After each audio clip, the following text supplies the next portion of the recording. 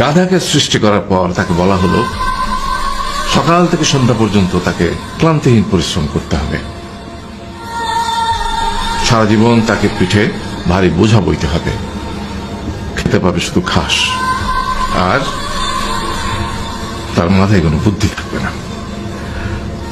তার আয়ু হবে 50 বছর। গাধা করজোড়ে সৃষ্টিকর্তাকে বলল, আমি এত বছর বাঁচতে চাই না, আমাকে 20 বছর আয়ু দেওয়া হোক। সৃষ্টিকর্তা সেটাই মঞ্জুর করলেন।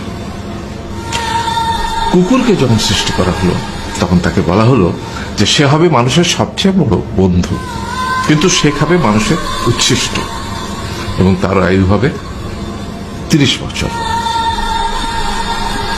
কুকুর সৃষ্টিকর্তাকে বলল, আমি এত বছর বাঁচতে চাই না, আমাকে 15 বছর আয়ু দেওয়া হোক। সেটাই মঞ্জুর করা হলো।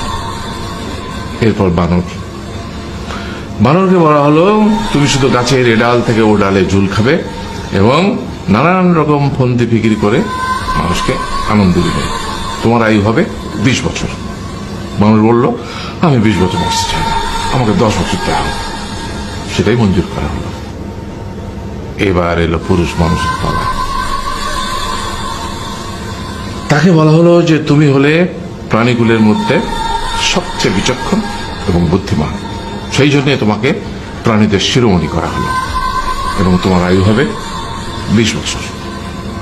তখন পুরুষ মানুষ বলল, করজোড়ে বলল সৃষ্টিকর্তাকে যে 20 বছর আয়ু অত্যন্ত কম, হে প্রভু, আমাকে ওই গাধার সে যে 30 বছর আয়ু চায়নি সেটা আমাকে দেয়া হোক, ওই যে কুকুর 15 বছর ফিরিয়ে দিয়েছিল সেটাও আমাকে দেয়া হোক, আর যে বানর 10 বছর নেয়নি সেটাও আমাকে দেয়া হোক। 20 বছর অত্যন্ত কম, আমি দীর্ঘদিন বাঁচতে চাই। সৃষ্টিকর্তা সেটাও মঞ্জুর করলেন। তারপর কি হলো? সেই থেকে ছেলেরা পুরুষ মানুষ হিসেবে বাঁচে 20 বছর, তারপরের 30 বছর সংসারের বোঝা পিঠে করে বয়ে বেড়ায়, সেটা কার মতো? গাধার মতো। তারপরের 15 বছর সে তার ছেলে মেয়েরা যা দেয় সেই রকম ঠিক কুকুরের মতো উচ্ছিষ্ট খেয়ে বাঁচে।